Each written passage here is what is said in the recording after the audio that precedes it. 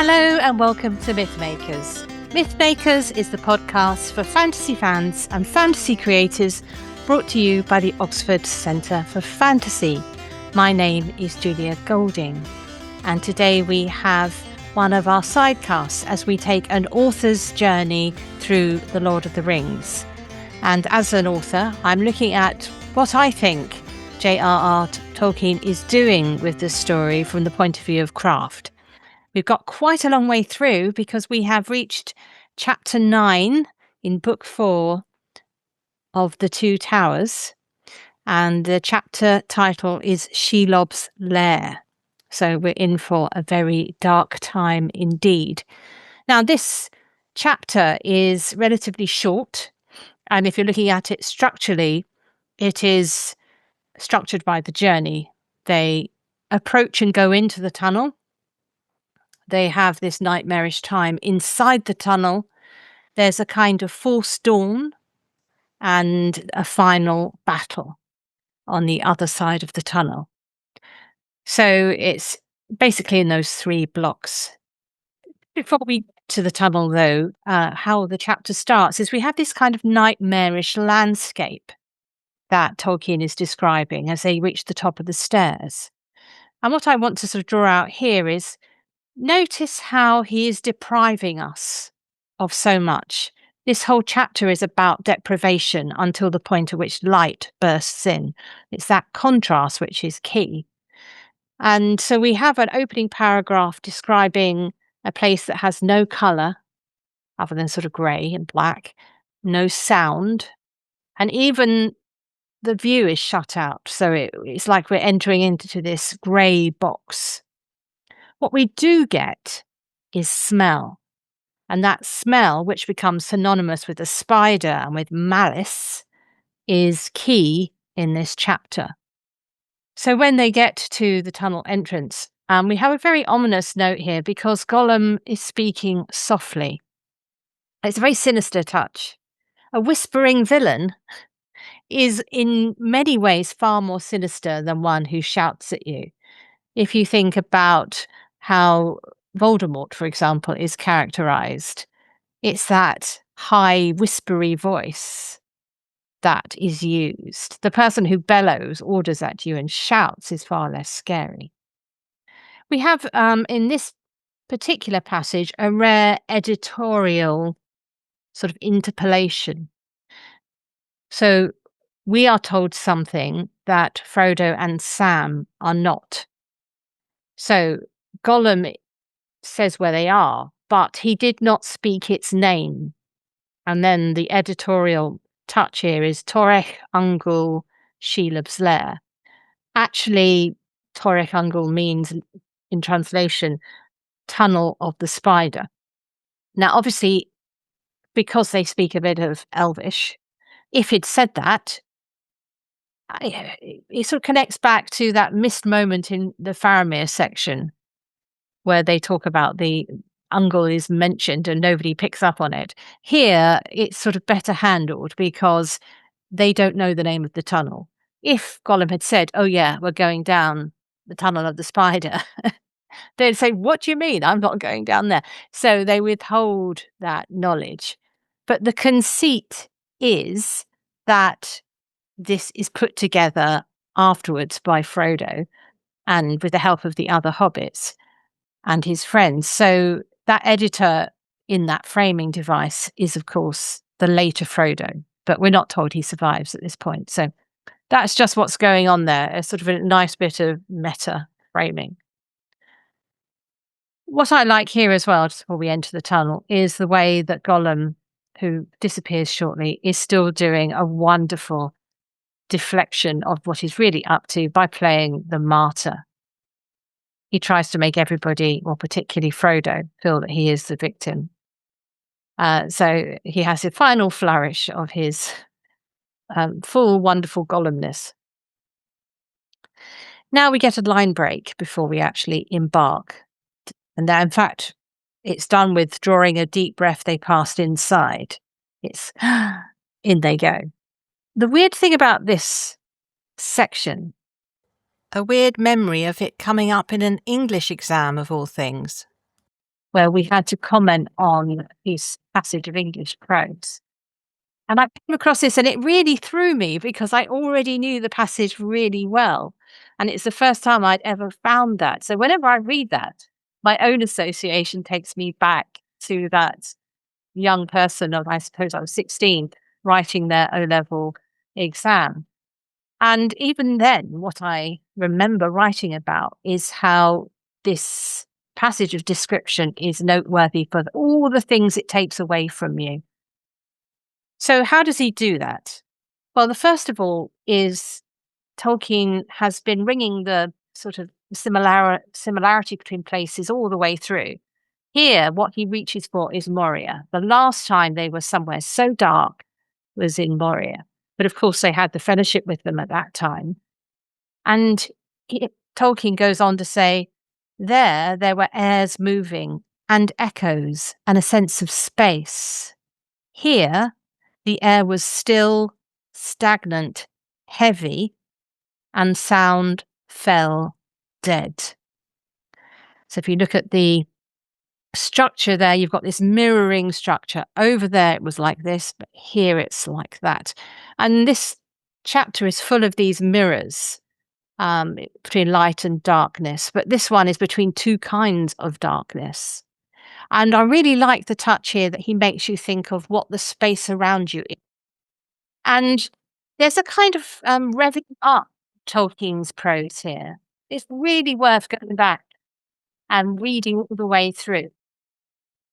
Because he sort of starts going into this language about how it was veritable darkness. And he ends with this little paragraph ends with this phrase, night always had been and always would be, and night was all. There's a Unitarian cadence to that. There is a religious cadence to it too. It feels like a kind of litany.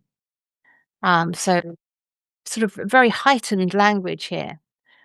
What is this doing as an author? Well, I think it's underlining again and again and yet again, and I can do it a bit more for you as well, that this is an extraordinarily dark, tough place. I'm going to tell you it every way I possibly can. And that's why I think we can really remember it for that. If I had asked you, what do you remember about Shelob's Lair? You might have said the smell, and it was dark. And we really are plunged in by the way the language kind of wraps around us in the same way as the experience is wrapping around the characters. So whilst we've got the sort of description of just the bleak, the darkness and the smell, we also have got the way the characters respond to it in the way that their own senses are being stripped away. It's like a cumulative effect. And it sort of builds and it builds. I'm looking at page 327 for those of you who are reading along with me. And we build and it builds until this point where they almost break with it. But how long was it? How much more of this would they have to endure, or could they endure? So he doesn't say that at the beginning. He's leading us through, and he's putting that question in at the point where we are kind of feeling it's got too much as well. Don't forget, if you're writing, to add in your foreshadowing. And where we get it here is this extremely creepy hint of the long tentacles or hanging growths, perhaps. When I was reading this, because I've been doing a lot of screenwriting recently, it reminded me of how you would structure a horror sequence, or a passage from Dante, one of the circles of hell. Because there is this feeling of it gets bad and it gets even worse and it gets worse again. There's this sort of build and then we're coming to it. But then there's also false relief before the really big scare. It's like a breadcrumb trail that we are led on. So here we go. And still the scent grew. It grew until almost it seemed to them that smell was the only clear sense left to them. And that was for their torment. That's Dante moment, really. The things that happen to the circles of hell is that the one thing becomes your torment. The one thing you can experience is your torment. So it's a very bleak place we have reached. So how do the hobbits respond to this? Well, one of the things I really want to highlight here is this tender relationship between Frodo and Sam. They respond by moving together and holding hands. There's something innocent, something human about this. And also, as much as Peter Jackson does many things right, he puts Frodo here alone. That's not how it happens in the book. They are there together. And the reason why that is important is Frodo here is it's that maturity of Frodo that's absent from the film. He's going to have an amazing moment of being a brave hobbit, and putting them together when he feels responsible for Sam is part of that. So we get the underlining after that the reek and the malice are one. And we reach this beat of the most intense physical expression of as they reach this opening from which the smell seems to emanate. And this is where you get the horror sequence, because passing that, they think, okay, they're not exactly relaxing, but they think the worst is behind them. And this is what you do before you give the jump scare. You know, it's the sort of, you go into the room, it's actually empty, but then you see the reflection of the creepy clown in the mirror. You know, it's that. You stack it up like that. You don't just open the door onto the creepy clown. That is more scary because we're anticipating something awful happening. We get them calling for Gollum or Smeagol. Frodo is kindly still trying to call him Smeagol. And then the sort of, in this deprivation chapter, we're now deprived of him. There was no answer, not an echo, not even a tremor of the air. And of course, Sam goes straight to the point. He's really gone this time, I fancy. I don't think Frodo disagrees with him. Frodo has always been saying, if his force, his force. So, yeah, they realise they have been left. And this is what all of those fears have been adding up to. But they still don't quite know the whole of it, do they?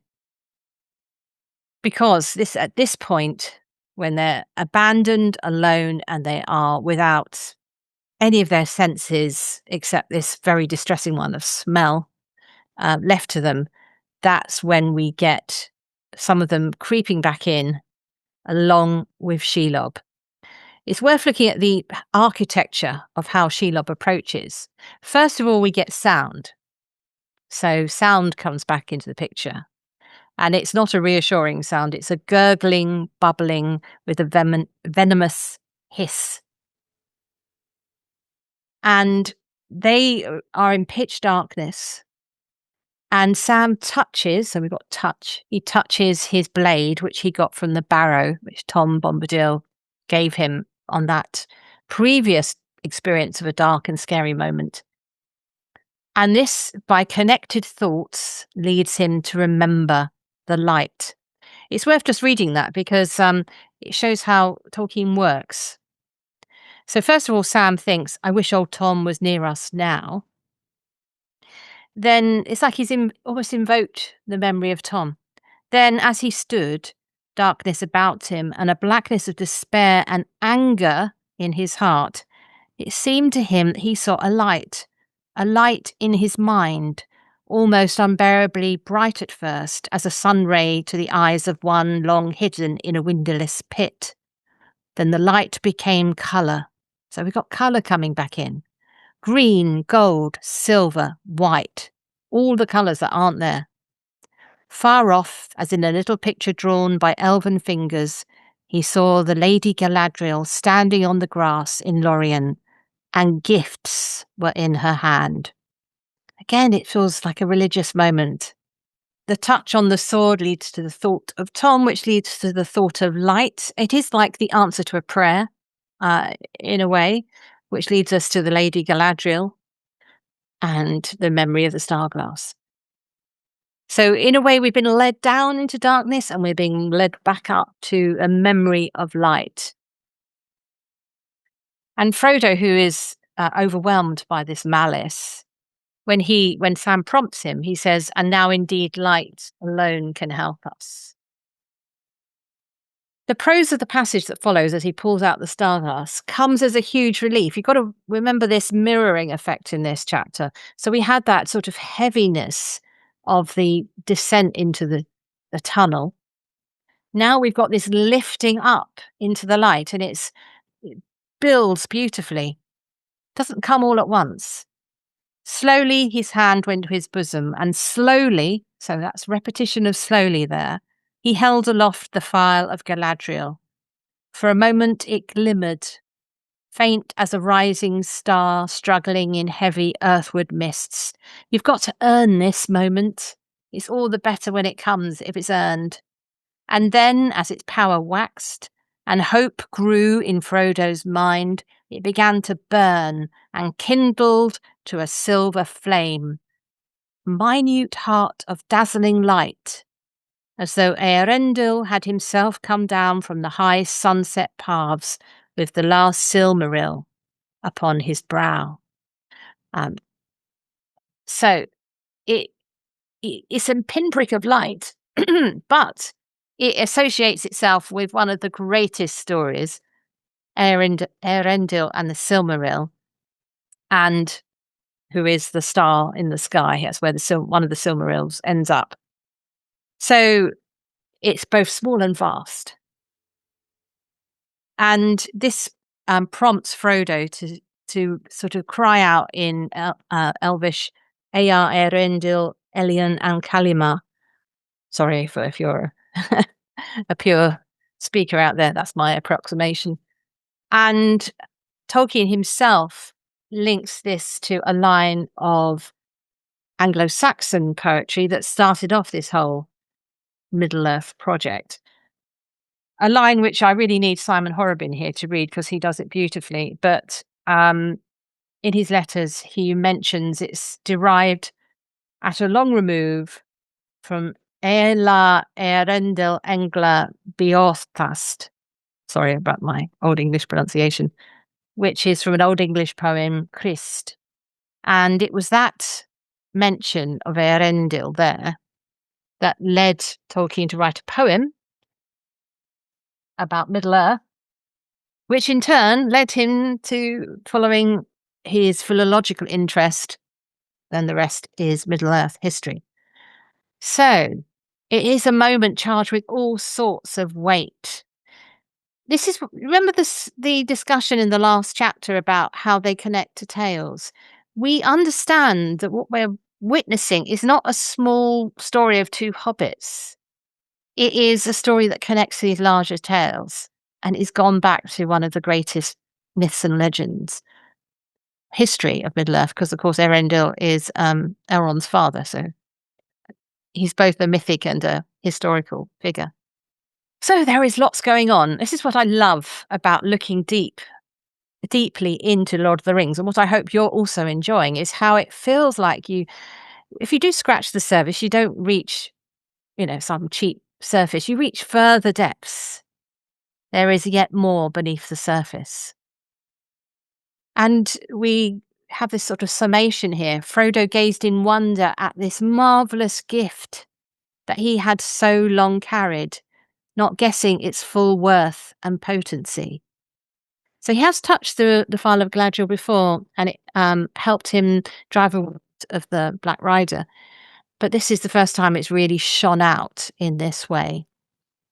And here we've got that old adage of Chekhov's gun. If you give a gun in the first act, you must fire it by the third. And also that elvish phrase is experienced by Frodo as another voice speaking through him. It's like a counter to the malice from Shelob. So Frodo, its openness and beauty, is a sort of channel for the goodness. That's why the light shines brightly in his hand. And perhaps that's a sense of a kind of spiritual quality in him, where powers beyond him are using him. or helping him, perhaps we should say.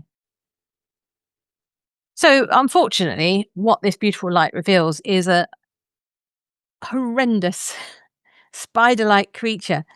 And the first thing that is noticed is the compound eyes.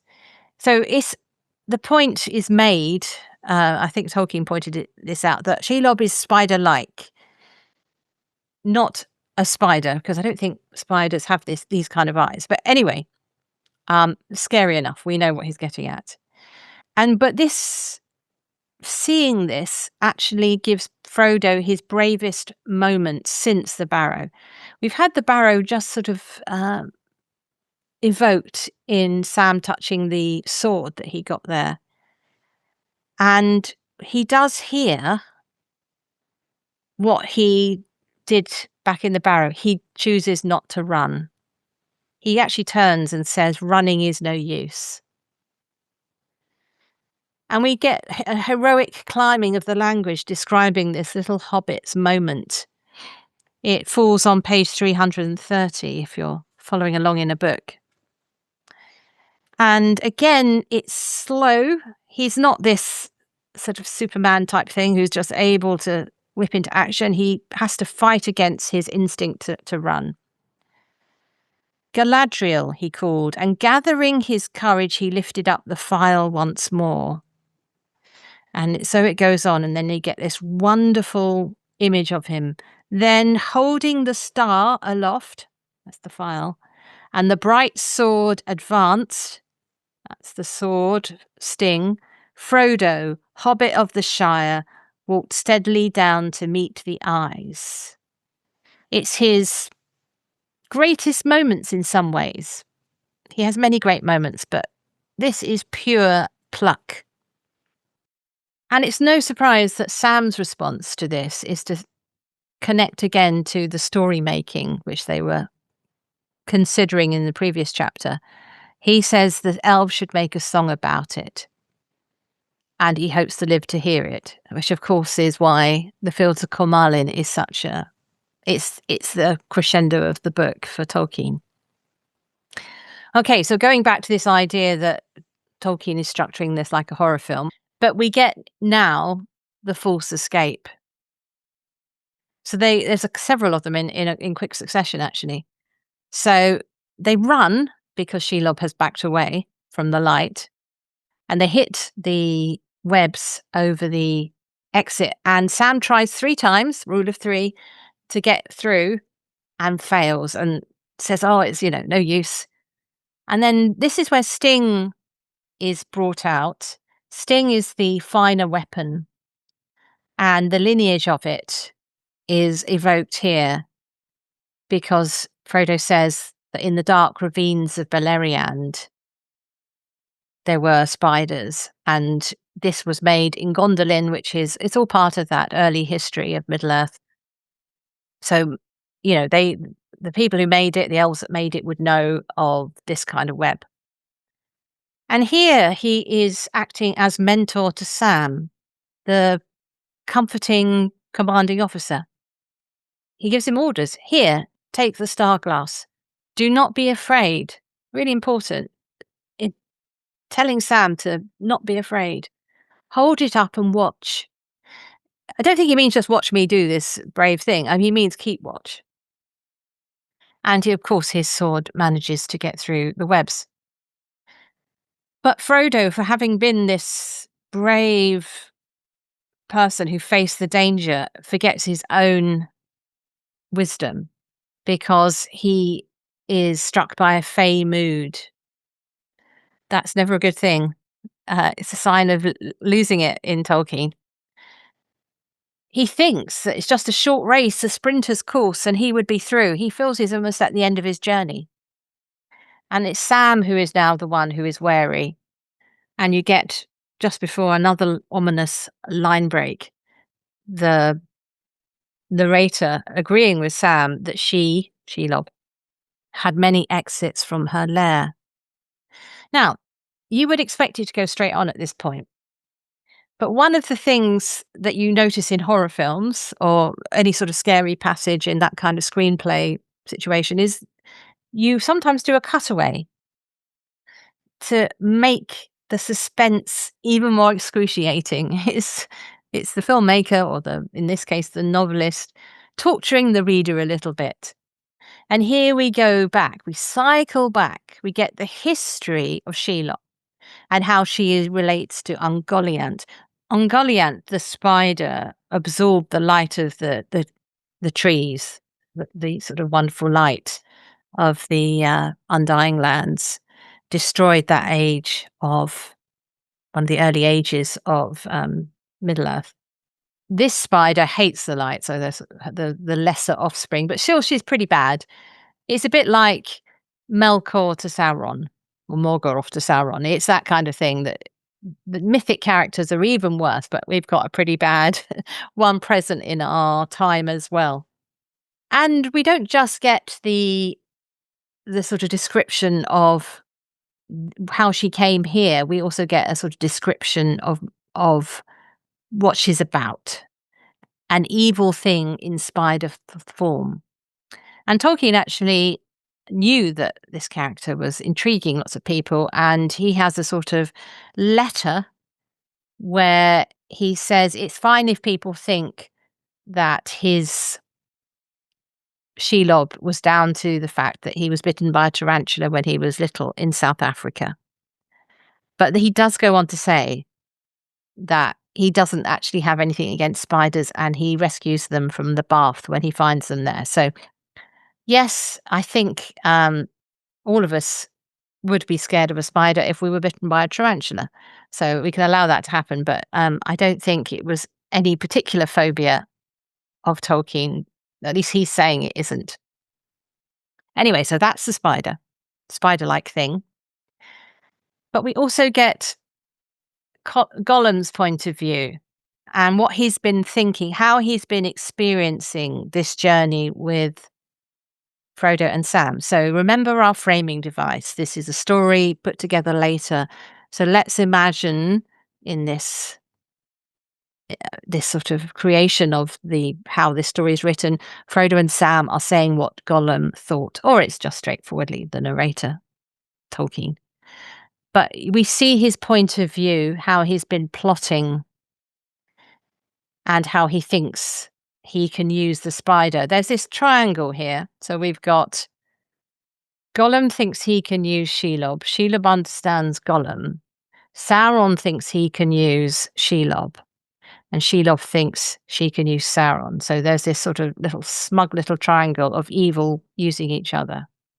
And in the case of Shelob and Sauron, the narrator says, so they both lived, Shelob, Sauron, delighting in their own devices, and feared no assault, no wrath, nor any end of their wickedness. That goes back to the idea that evil cannot imagine what it's like to be the other. That's their fatal flaw. Sauron assumes that Shelob is his pet. She is independently evil. And Gollum is sort of picking up his own, he's got his own agenda as well, which is to get the ring, which is of no interest to Shelob. In a way, in that sense, Shelob is like the dark version of Tom Bombadil, who also had no use for the ring, who might have thrown it away because it didn't matter to him. Anyway, with all this going on, we go back to Sam, and here we've got that stance where it's like watching an accident happen before you, and the powerlessness, the dreamlike dread that you can't stop it. He's seeing his master run off. He sees the spider come between them, but he can't get there. And he's trying to say, it is like a nightmare, isn't it? He's trying to say, watch out. And then Gollum leaps on him. This is necessary, isn't it? Because they've been rubbing up against each other, battling all the way through since he joined them many chapters ago. And they're finally coming to blows. And it's actually an extended fight scene here. A very well described tussle. Do go back and read it. Action is really hard to describe. And Tolkien does do it very well here, but the way he explains where everybody is, how the weight shifts between the two of them. And in fact, Sam resorts to a wrestling trick from the Shire, good old Shire, and falls back on Gollum. And there's this phrase of having a sturdy hobbit land on you, which puts Gollum out of the match. But how does the chapter end? Well, it's got a terrible end. Not terrible as in badly written. I mean terrible as in frightening. Because by the time Sam has overcome Gollum and he turns back, we just get this sentence: he was too late. And we now have reached the final chapter in this book, which is the choices of Master Samwise.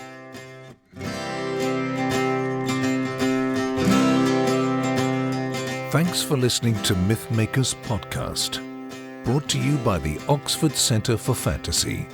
Visit oxfordcenterforfantasy.org to join in the fun. Find out about our online courses, in-person stays in Oxford, plus visit our shop for great gifts. Tell a friend and subscribe wherever you find your favourite podcasts worldwide.